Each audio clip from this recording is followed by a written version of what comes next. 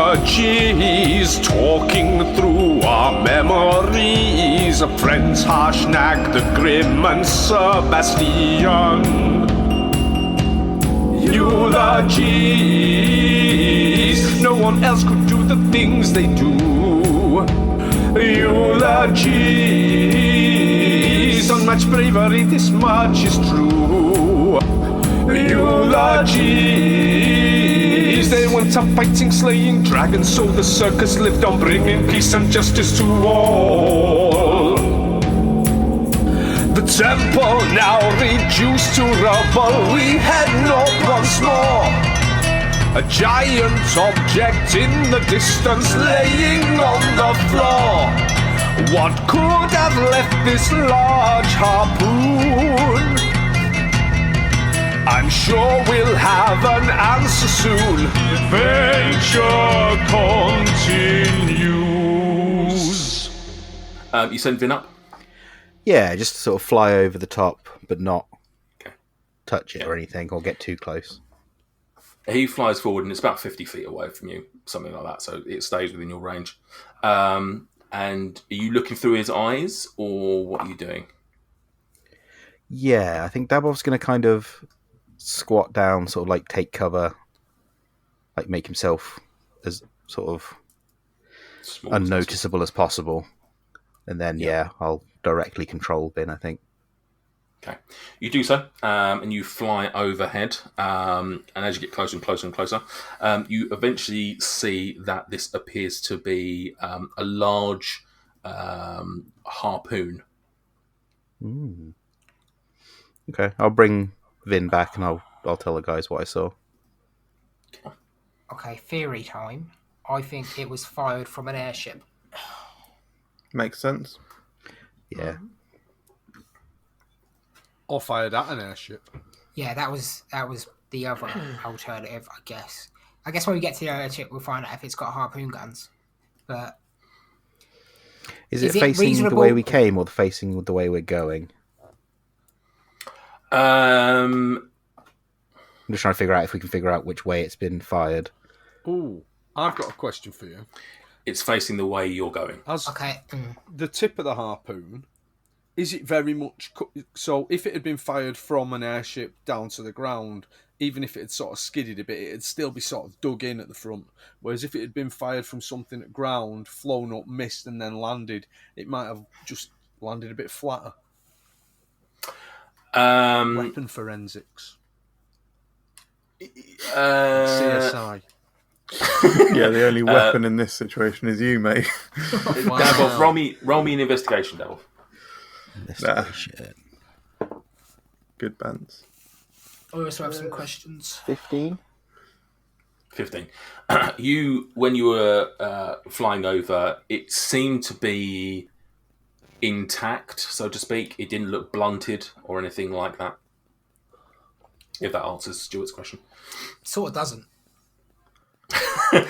You did notice that one end of it seemed darker. I say one end of it, the pointy end, the arrow end, seemed darker than the rest of it. Was it on fire when it was fired, do we reckon? Is the darker from it Flaming being... harpoon. Yeah, that's cool.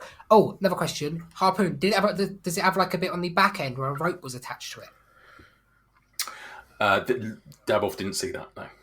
Okay. Did the darker end look like blood or anything, or scorch marks, or was there any You indication? wouldn't have been able to see that from what you did. You wouldn't have noticed that. You'd probably have to get closer and have a look at it properly. Yeah, fuck it. Let's just go have a look. I was going to say, yeah, should we just walk over? Yeah. I assume I didn't see any Yeah. reason not to. Yeah. No, you didn't see anything while you were flying. You didn't see any obvious predators or anything like that. I mean, there were... No. This isn't BBC, no. No. Oh, no special hats. You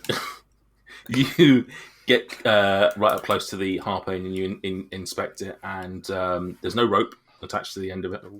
Has it got like a hole for rope? It does, yeah, but there's no rope attached to it. You look at the arrow end of it, and it is dark red. Oh. Okay. Dark red, browny red. Given Dried blood. the size of it, from Go on, Krill's... Quinch. Check it. Oh, yeah. Do you want to do anything first? See if Quince should check for if it's ritualistic or Should whatever. Should I? Is he? You asking to lick dried blood? Yeah. He's certainly licked worse things. I will go up. I'll lick my finger and moisten some of what I think is dried blood. Rub that around. If it becomes a liquid, if it rubs off, yeah. Rub it on your that's how it teeth like works. some sort of drug inspector. I'll have a tiny bit. Tiny bit can't probably hurt. Okay. You do that. You get a taste of like iron in your mouth. Very much tastes like tastes a little bit of metal. Tastes a little bit of when you get punched in the mouth and you got a bit of blood in your mouth. So it is most likely blood, but I can't rule out that it's not blood. That it's it just metal. tastes of the metal of the harpoon. But I think it's blood. Given the size of the harpoon, would it be realistic to be able to just pick it up, take it with us? My thought is that if we get to the airship and it's got a harpoon gun, we probably need harpoons if we want to utilise them. You can do. It'll be obviously quite cumbersome. Like I said, it's about 5 foot long. But that's like carrying a spear, surely. Yeah, Yeah, fine. a bit heavier. It's a little bit heavier than a spear, but yeah. I mean, if it's going to have no impact on my movement speed or anything, I'll take it. We've got how many spare horses have we got? None. They're all at Mirrorbar. Oh yeah. It's a long trek back to them. We've been on foot for a while. Wow. We ain't even got any of the dosses with us. No, none of the dosses. You haven't even got a goat anymore to Fucking hell, Or yeah, a giant to palm it carry off it. with him. Oh god. You guys have been, I've got horses, I've got a goat, I've got a giant to carry these things for me. No. Run hard. Raw right dog now. now. So you carrying it back with you? You dragging it back with you? Krill? Sort of on the shoulder sort of thing. Yeah. Yeah, you heft it over your shoulder, and it's definitely heavier than a spear. Like you got to remember, this is an item that is designed to be shot at speed to do maximum damage. Right, this isn't a spear which is designed to be nimble and agile and potentially even used in close quarters. Right, so this is definitely heavier, but it's not going to slow you down yet. Right, so you take that with you. Right. Anything else you want to do with it, or look at it, or anything like that? Actually, all of you roll me a history check. Oh, nice. Oh, something I'm actually good at. Krill Oh, advantage. 17. Advantage. Okay. 11. 23. 14. I mean, there's no point me fucking bothering. I got a 12. What do you mean? Advantage? Yeah. That was your advantage. Yeah. I got a 9. I don't get any bonuses to perception, to history, so... Okay. What did you get, Dabov? Did anyone beat 23? Okay. Dweezil. 23, mate. You seem to recall where did Krill find the map? Do you remember that? Out of interest? No. Okay. He found it in one of the cells with there was a couple of dead giants. Yeah. So you put 2 and 2 together and think perhaps this harpoon was used on the giant. You carry on travelling, now being, as I say, funneled with these mountains either side of you.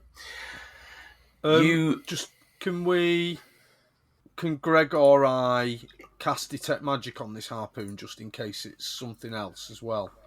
If you wish to. I would it's a love mimic. to, but that's not something I can do. Right, I'll cast detect magic then. Okay. Don't need to roll or anything for that, do you? No. It's just a thing.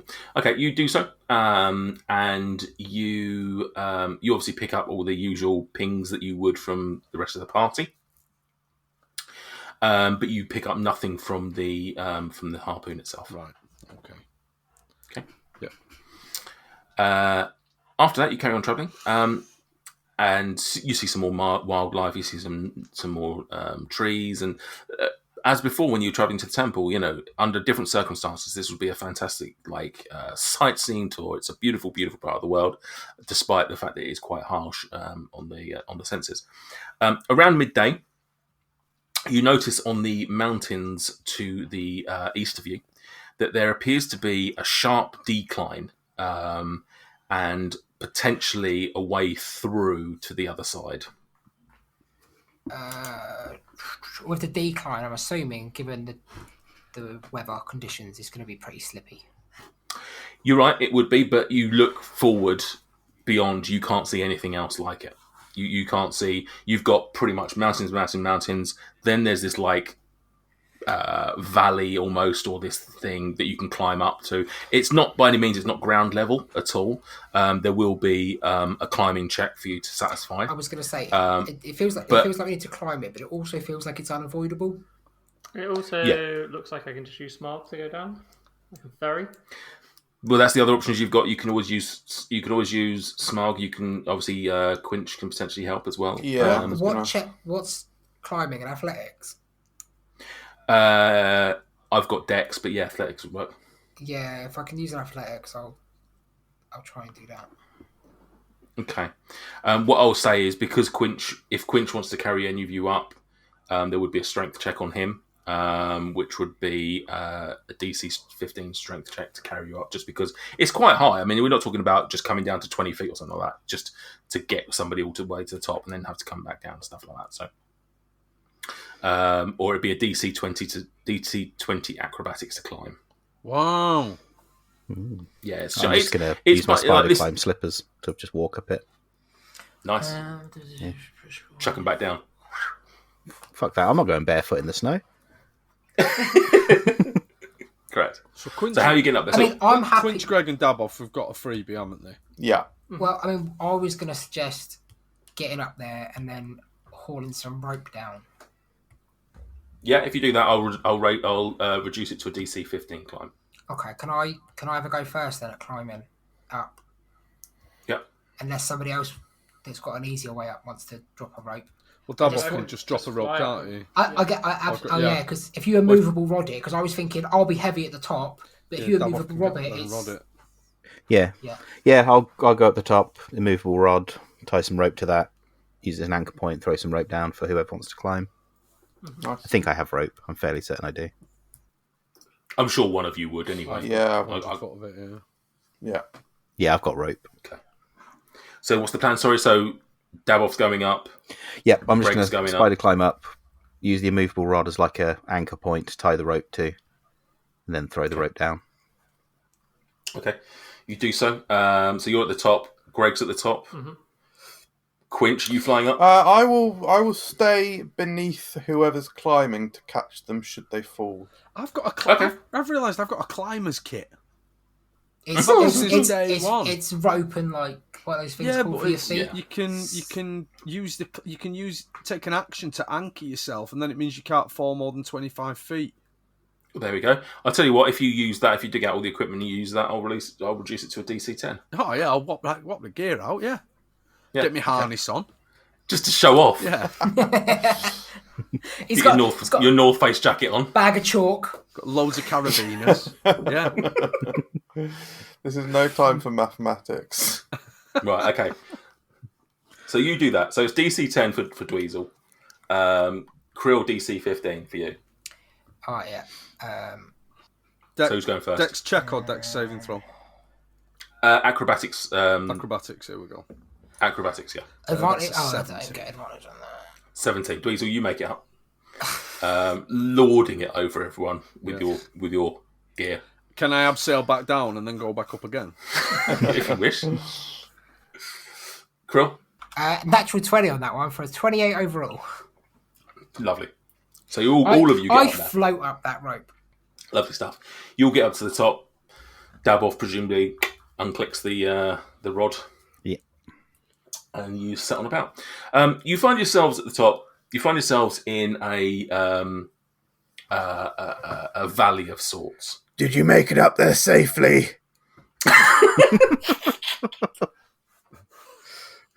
Quinch flies out there as well. Hi, Quinch. Come and join us. It's fun. You find yourselves in a valley of sorts. And you start heading off. It seems very snowy around here. As you're walking, it's a bit of a slog, but it doesn't feel particularly unsafe or anything like that. You walk for a short while, and as you look out ahead of you, all of you roll me a perception, and I'm looking for a 17 or above. You're not getting it from me. Yeah. I can't see past the end of my nose. 24. I rolled a 4. 10. 10. Daboff, you're the only one, despite your small stature, you're the only one that's managed to see way off into the distance. Well, not way off into the distance, but you would wager probably about a half-hour walk. You see a small collection of buildings.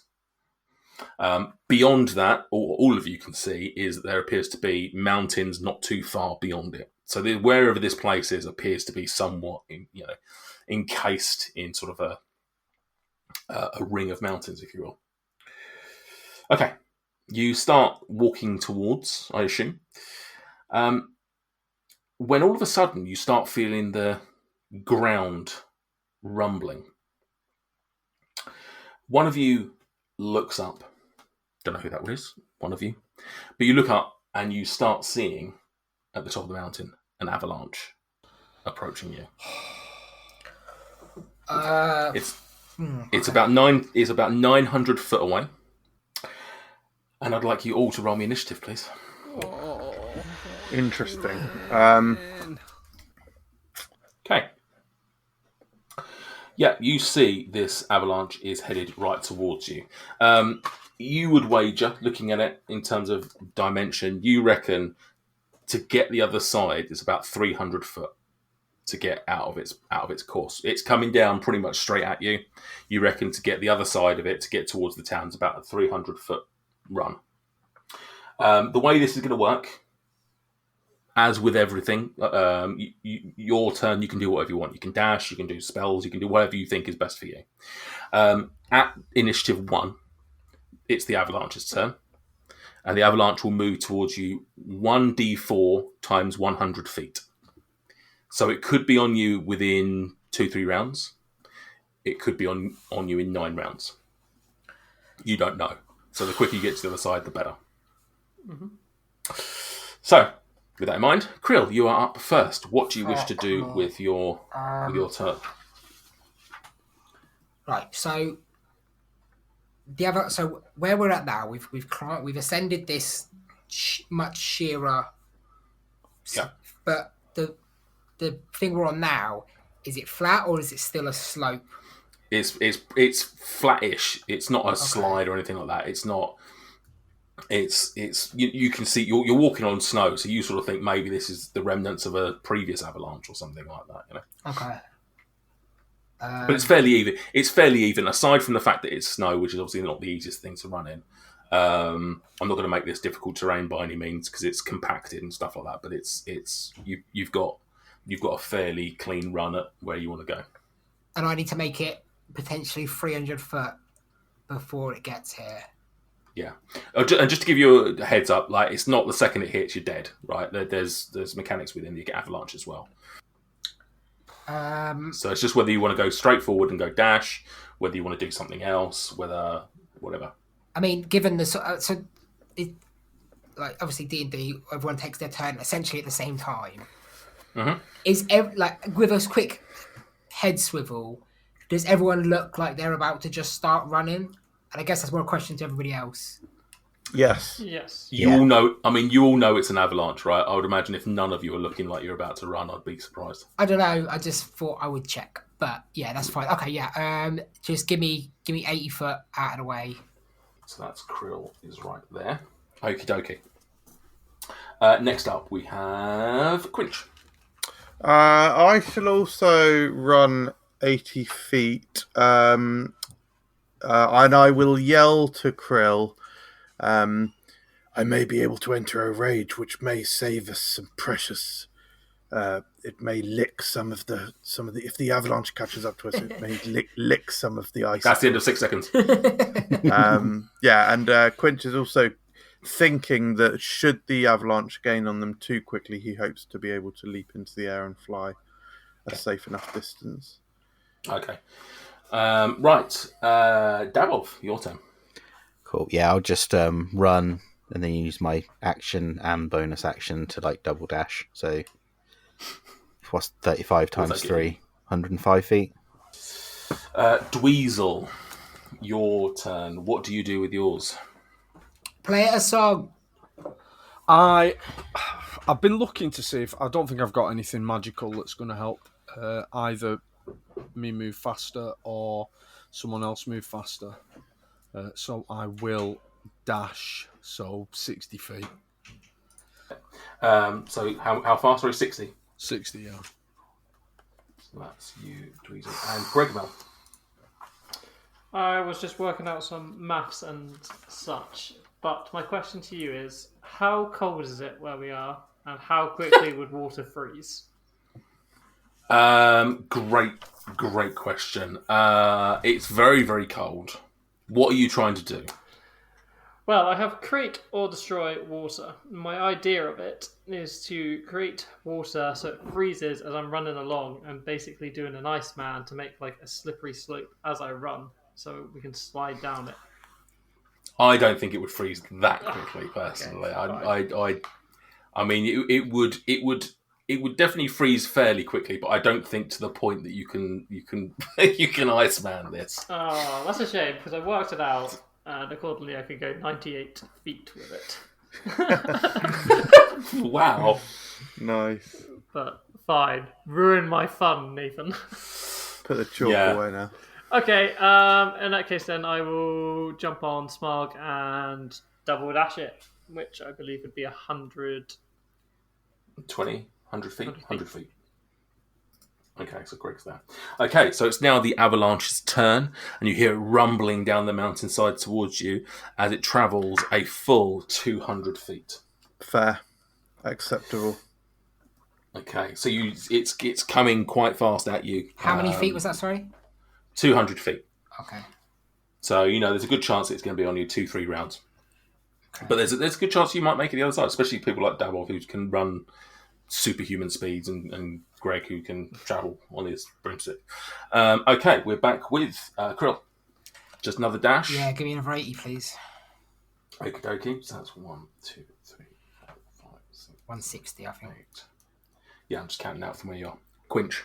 Yeah, another 80. I shan't rage. You're not gonna. Yeah, We're gonna finish that sentence you started. Some of us might get licked. Yes. The snow hitting us on impact, it might get slushy, which will be less bad. Dabov. Yeah, just 105 feet again. 1, 2, 3. He's a fast little cunt, isn't he?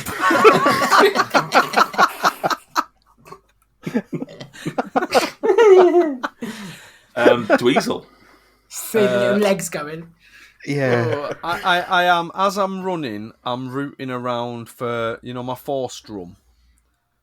Mm-hmm. Because I don't necessarily think it doesn't specifically help me, but I was thinking if I'm about to get overwhelmed by an avalanche, then it's the only thing that I've got that provides me with a possibility of. Yeah, I mean, it essentially provides a bit of a force field, doesn't it? So I might do something with the mechanics if it hits you. And I dash. 1, 2, 3, 4. What was that? 60. Yeah. Quite slow. 5, 6. Yeah, being well and truly left behind. Gregmel, another 100 for you? Yes, but I'm going to use an action. I'm going to use an action to cast haste on... Who's the slowest? Me. Dweezil's far behind at the moment. On Dweezil then, so you can have another action. Nice. Okay. And then 50 feet. Yeah. Isn't it double movement speed and an extra action? It's a third action you get, a second action plus your bonus. So if you were to dash, you can do it 3 times. But it doubles your movement speed as well. Does it? I don't think it does. Have a look. Is it haste? Did you say? Yeah. Haste is double movement speed. Choose a plus willing creature an extra within action. range until the target's speed is doubled. Yeah, he's right. Wow. And you get bonus to your AC and advantage on dex AC. saving throws. Mm-hmm. It's the most. I mean, it's not to obviously assume. Haste is unbelievably overpowered, in my opinion. Not to go off on a tangent, but in Baldur's Gate 3, just pinging it off constantly. Just every chance you get, haste. It's incredibly overpowered. I'm looking at that though. I'm not sure it means I can. If my speed is doubled, so I could do 120, I think, with 2 of my actions rather than then a third movement. I don't think you'd get 2 dashes. No. So it says choose a winning creature. Yeah. It says that action can only be used to take the attack action or dash, disengage, hide, or use an object weapon. It doesn't. I would assume you could just use it as a dash because it's just an extra action that you can use as a dash. It says. Yeah. So you could use 2 dashes basically. Yeah, right. You'd move 100 dash, feet. move dash. Yeah. Yeah. Well, someone cast haste on the avalanche because that's gone 400 feet. 1, 2, 3, so is that 300 foot away from where we start, from the level we're on, I guess? Yeah, so it's 300 feet away from it. So it could hit you next round, essentially, if you're not out. 1, 2, 3, 4. Yeah.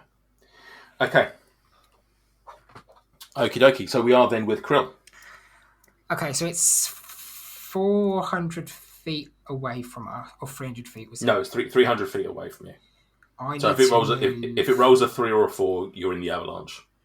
Okay, I need to make it 140 feet, which I simply can't do. No. So I need best to. Case scenario is just I need to. Go. What do you mean? Well, you can't. If you can't do it, you're just going to run, right? Or you're going to face it up and fight it. It's not a case of facing up and fighting it. It's I can make it 80 at most, and I'm still 60 feet away. But if it rolls a 3 or a 4 next turn, I'm fucked, essentially. That's the point of it. So should I not then use this turn to plan for the potential that I'm going to be hit? I got you, bro. I mean, the words you've said to me as we're running have been less than reassuring. Nah, I got you, bro. The avalanche might lick us, and it might get a bit slushy, which won't be so bad, is essentially what you said, which is just filled me with confidence. No, if the avalanche makes contact, would it count as an attack? Probably not, no. Interesting. Probably not, or definitely not? Definitely wouldn't count as an attack, no. Okay. No, you're fucked, mate. Are you thinking of rages? No, one of my gems. Right, okay. Okay. What are you doing then? Are you preparing or are you running? I am going to... I mean, everybody else is basically out, apart from me and Quinch next turn. No, I wouldn't say so. Greg would still be in it.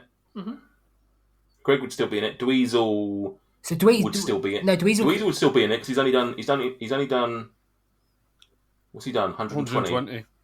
So if he's doing 180, just out of it. I'll do like a little dive when I get to the end. If we're saying he does get 2 dashes, which I'm not entirely sure I like, but I don't think I can stop it. Okay, move me. Oh no, because I've got 140 to go, which means I can't.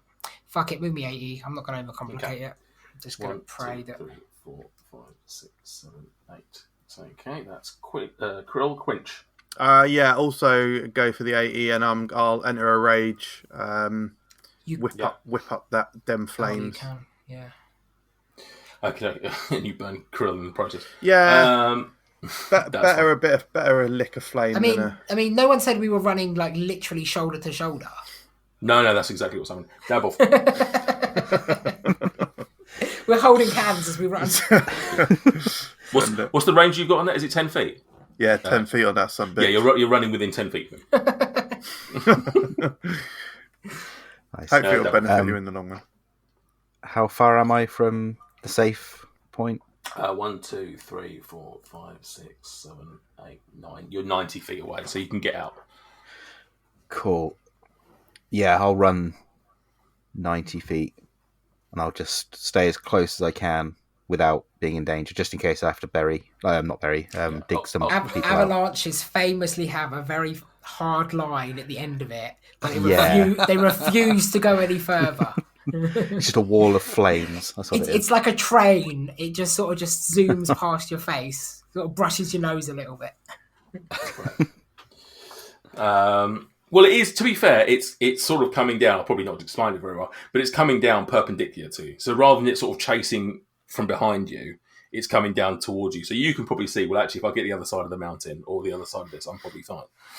Right. So that's Davwolf. Dweezil. I will run. You're going to break the game, yeah? Okay. Yeah. 180 feet. Okay, so you stand shoulder to shoulder with Davwolf. I'm not bending down. Can you do like a knee slide at the end, like a triumphant knee slide? Mate, you've just tripled your running speed. You're fucking bent over. Right? Wow. He slides and 3 correct, miles what you- down the road. That's just double movement. Dash it. Yeah. Okay. 100. Dweezil's moving like an ice cube on some cobbles. Yeah, nice. Nice. Right. Okay. So That's right. Greg's 5 foot ahead of Quinch and Krill. Let's see. Does the avalanche smash into the 3 of you? 3 or a 4, you're in the avalanche, boys. So 3. Right. We're into avalanche rules. Right. So it's not an attack. Right. Is it a spell? It's an environmental effect, isn't it, rather than anything? Okay. Can I get a dexterity saving throw from all 3 of you then, please? So it's not an attack or a spell. It's not an attack or a spell, no. What is it? It's an avalanche. All right. It's a natural event. So I saw it coming, so I'd get advantage on that, right? Yeah, that's fine. correct. Dex saving throw. Yeah. Yeah. Add EV. Oh, unnatural 20 on one of those. Oh, I got a lovely 3, so I'm going to re-roll that using some lovely points. That's probably not a lot better. That's an 11. 11. Quint, what did you get? I got 15. 15. Okay. So, as you guys get caught up in the avalanche, Quinch and Krill manage to sort of dance their way and sort of like bounce around on the top of it, avoiding any damage. Did my Greg- Stormora sort of helped a bit? Absolutely. I mean, that's what helped. Like, actually, you didn't dance around. Actually, just as it gets close to you, it just melts. Nice. Greg, unfortunately, did not avoid the avalanche and gets smashed into the side. You are going to take I'm getting smashed by the avalanche. Can I eat my fair trade coffee bean to change places with Krill? I'm not actually going to do that, but it would be funny. And what I like is you change place with someone else who is also in the avalanche. No. Fair trade. It's not about location, it's about my reaction to it. Yeah. You take 6 points of bludgeoning damage as the avalanche hits you. Oh, not too bad. awful. Yeah. Okie dokie. Multiplied, but no. You are now caught up in it, so there's no actions that you can take now. It is, however, we're going to get some more dexterity saving throws from the 2 that avoided the first.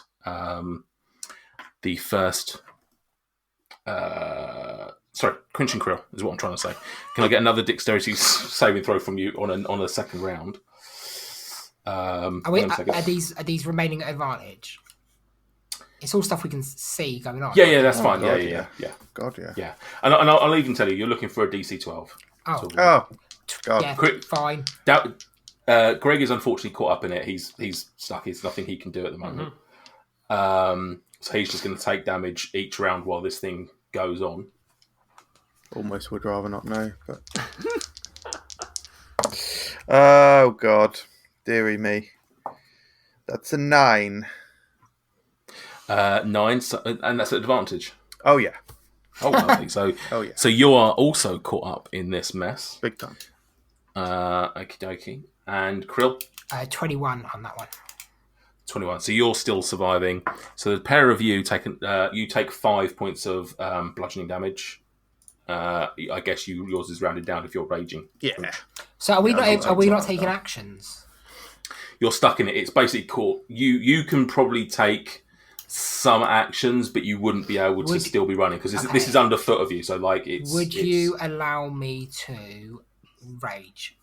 Given that a rage, I'll allow that. That's fine. But movement, because imagine you're trying to swim, right, and you've suddenly got this massive, great big wave that's pushing you. Like, there's no way that you can keep running towards safety. You're sort of caught up in the avalanche at this point. It's pushing against you, right?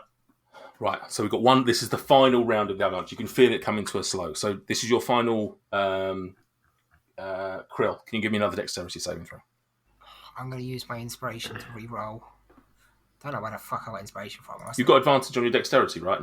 Yeah, I rolled a 6 and an 8. Wow. That's what I rolled. Yeah. Are you looking at MJ's dice? No. Yeah, I'm going to re-roll that one for okay, yeah, that's fine. 17. 17. You survive. The pair of you, though, as this comes to a stop, you feel the sheer weight of the avalanche crash you against the side of the other mountain.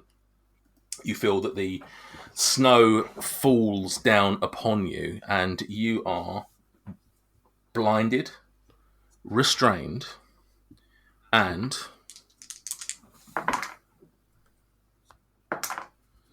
take 13 points of bludgeoning damage.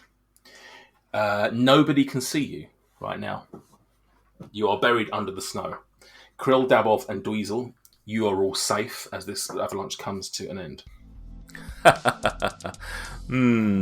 What an exceptional episode of Dice and Desire that was. I can't decide if my favourite part was when Quinch said the inappropriate thing, Dweezil scolded them all for being silly billies, or Greg just didn't know what was going on. Great stuff. Anyway, thanks for listening, and if you've enjoyed this, why don't you come and find us on social media, where you can interact with us on a daily basis and share some of your favourite parts.